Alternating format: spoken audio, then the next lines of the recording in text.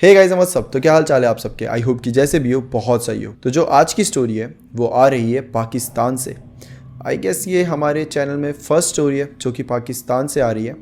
ये कराची की स्टोरी है जो कि हमसे शेयर करी है हादिका ने। तो thank you so much Hadika for sharing your story with us. Actually ये स्टोरी हादिका की नहीं बल्कि हादिका के बुआ जी की है। तो लेट्स स्टार्ट दिस वीडियो। हादिका की जो बुआ थी उनका घर कराची में था।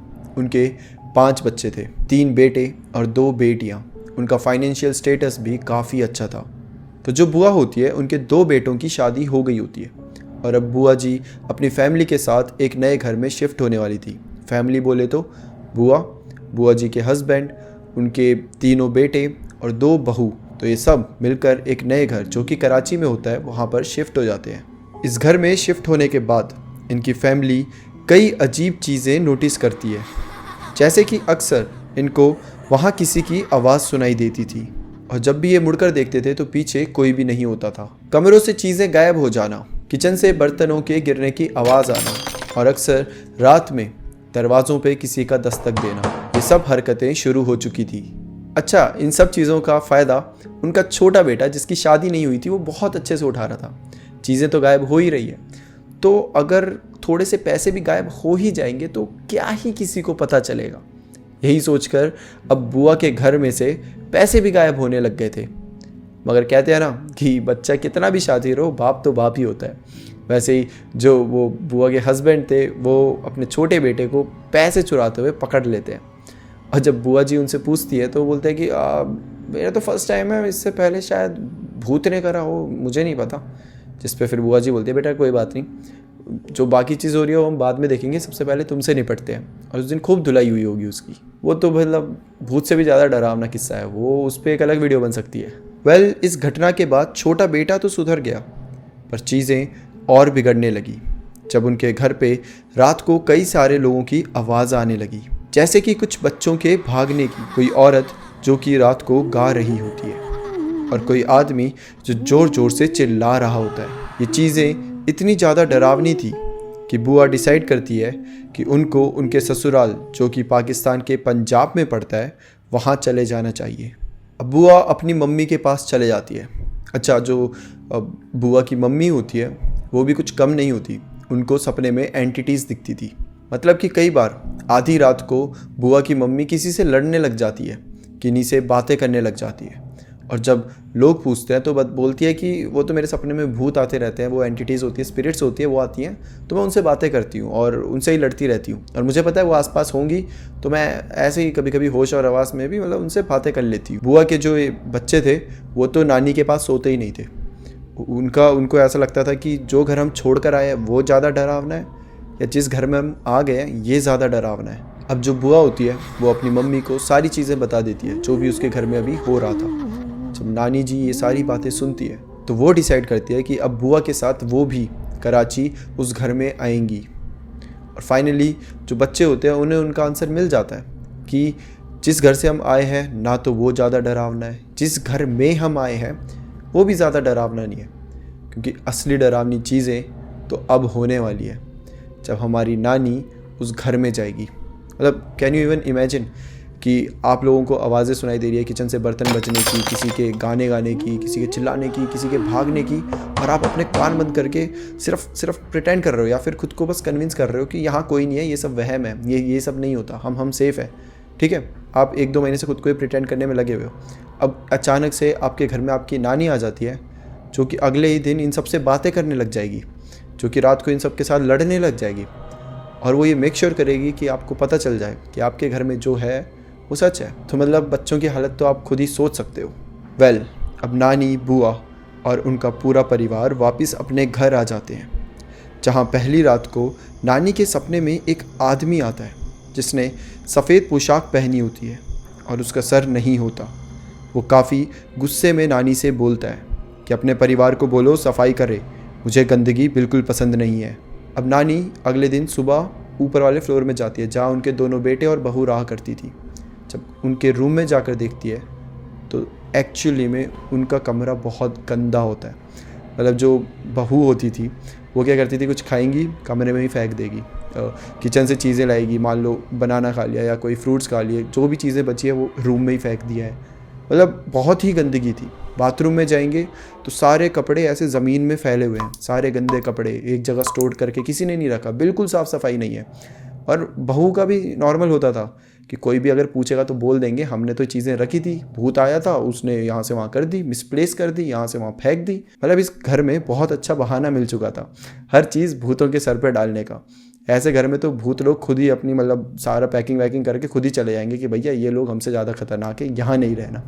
बट जो भूत थे वो ऐसा नहीं करते हैं, वो एक्चुअली वहाँ रह रहे होते हैं और उनको अब गुस्सा आ रहा होता है। और ये गुस्सा इतना बढ़ जाता है कि अगली रात को जो ये दोनों भाई होते हैं जिनकी शादियाँ हो गई होती है, उन दोनों में एक छोटी सी बात को लेकर लड़ाई शुरू होती है। ये फर्स्ट टाइम थी जब ये भाई आपस में लड़ रहे थे, इससे पहले ये कभी नहीं लड़े, कभी बचपन में भी नहीं लड़े थे। और लड़ते लड़ते जो बड़ा भाई है उसे बहुत ज़्यादा गुस्सा आने लग गया है, ऐसा लग रहा है कि मानो पागल हो चुका है। और देखते ही देखते वो अब 2 आवाज़ों में बातें करने लगा था। वहाँ पे खड़े हर कोई हैरान था, सबको समझ नहीं आ रहा था कि ये क्या हुआ। शायद समझ आ भी गया हो लेकिन कोई एक्सेप्ट नहीं कर रहा था, क्योंकि बड़े भाई के अंदर एक आत्मा थी, एक आदमी की आत्मा। और बड़ा भाई बहुत गुस्से में कह रहा था कि ये मेरा घर है, चले जाओ यहाँ से, अगर नहीं जाओगे तो सबको मार दूंगा, कोई नहीं बचेगा, चले जाओ यहाँ से। जैसे ये सारी चीज़ें चालू होती है, एकदम से जो बगल में खिड़की होती है, एक रूम की जो खिड़की होती है, उसमें से सबको ऐसा लगता है जैसे कि कुछ हाथ निकले। ये बड़े मतलब काले रंग के शैडो जैसे ये हाथ थे और खिड़की से एकदम चीज़ें बाहर आ रही है फेंकी हुई, कुछ जेवर है, कुछ और चीज़ें हैं, घर की ऐसी चीज़ें जो कि गायब हो गई थी और मिली नहीं थी, वो सारी चीज़ें उस विंडो से फेंकी जा रही है। कि तुम्हें एक बार भी यकीन नहीं हुआ कि तुम्हारे घर से सारी चीज़ें गायब हो रही है, कहाँ पर होंगी? हम ही तुम्हारी सारी चीज़ों को लेकर जा रहे थे, क्योंकि हम नहीं चाहते थे तुम इस घर में रहो। जब तक तुम इस घर में रहोगे हम तुम्हें परेशान करते रहेंगे, क्योंकि ये हमारा घर है। वेल उसी समय वहाँ पर नानी जी आ जाती है और वो वापस से भूतों से लड़ने लग जाती है। उनका ये रोज़ का काम है, वो एकदम नॉर्मल है, उन्हें डर भी नहीं लग रहा, कुछ भी नहीं, ऐसा लग रहा है कि हाँ मतलब ये तो अपनी डेली की ड्यूटी है ना।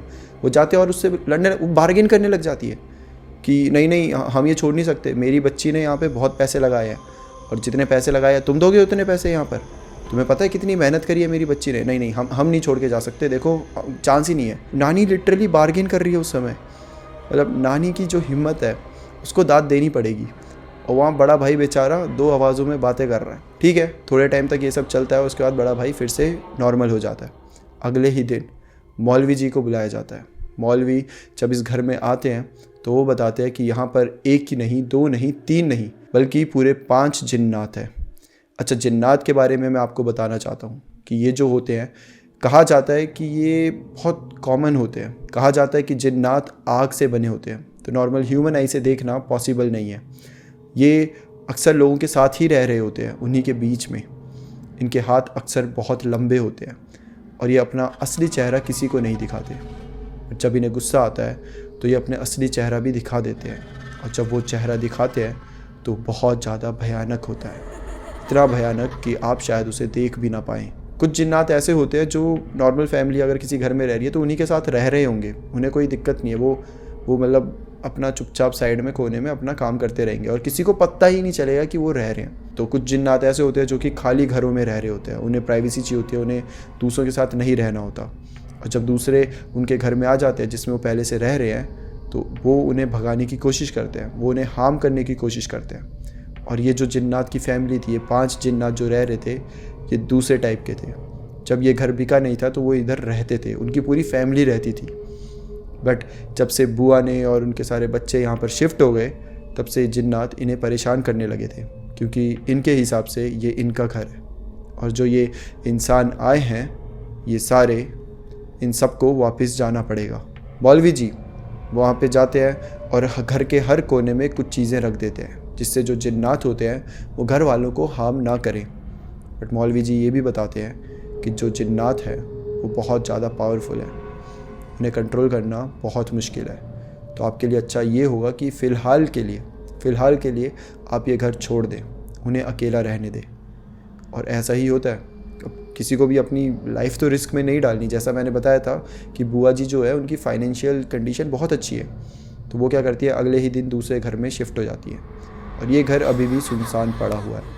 इस घर में अभी भी जिन्नात रह रहे हैं। वेल हादिका ने यह भी बताया कि पाकिस्तान में ये जिन्नात वाले जो सिलसिले हैं ये कॉमन है, मतलब सबको पता है जिन्नात के बारे में कि ये होते हैं। कहा जाता है कि ये बहुत, अगर ये ह्यूमन शेप में रह रहे हैं ना, ह्यूमन की तरह रह रहे हैं, तो बहुत सुंदर होते हैं दिखने में, और मतलब बहुत अट्रैक्टिव से होते हैं ये, क्योंकि किसी का भी रूप धारण कर सकते हैं, तो अक्सर ये बहुत अट्रैक्टिव रूप ही धारण करते हैं। और कई बार लोगों ने ऐसे लोगों को भी देखा है जिनके हाथ घुटने तक आ रहे हैं, जो कि जिन्नात ही कहे जाते हैं, मतलब वो ह्यूमन नहीं होते, ह्यूमन की शेप में जिन्नात होते हैं। हादिका का बताना था कि उनके घर के पास ही एक मौलवी रहा करता था जो कि जिन्नात को पढ़ाया करता था। जैसे कि लोग यहाँ पे ट्यूशन पढ़ाते हैं, वहाँ पे भी वो ट्यूशन पढ़ाता था, लेकिन जिन्नात लोग भी पढ़ने आते थे। और जब उस मौलवी की मौत हुई थी, तो जब उसका जनाजा ले जाया जा रहा था, तो वहाँ पर लोगों के बीच में जिन्नात भी आए थे, जो कि मौलवी को आखिरी बार जनाजे में देखने आए थे। और उसके बाद उन जिन्नात का कुछ पता नहीं चला, वो कहाँ चले गए किसी को नहीं पता। और इन्हीं चीज़ों को प्रूव करने के लिए हादिका ने एक वीडियो शेयर करी है, जिसमें एक जनाजा ले जाया जा रहा है, और उसमें कुछ लोग हैं जो उस जनाजे को ऐसे हाथ लगा रहे हैं, लेकिन उनके हाथ बहुत ज़्यादा लंबे हैं, मतलब पॉसिबल ही नहीं है कि किसी ह्यूमन के इतने लंबे हाथ हो। वही वीडियो मैं अभी लगा दूंगा, तो आप भी एक बार देख सकते हो। ये वीडियो हादिका ने शेयर करी है, तो मैं कोई ये नहीं बोल रहा कि ये सच की वीडियो है या जो भी है, मतलब मैं बस आपको वीडियो दिखा देता हूँ।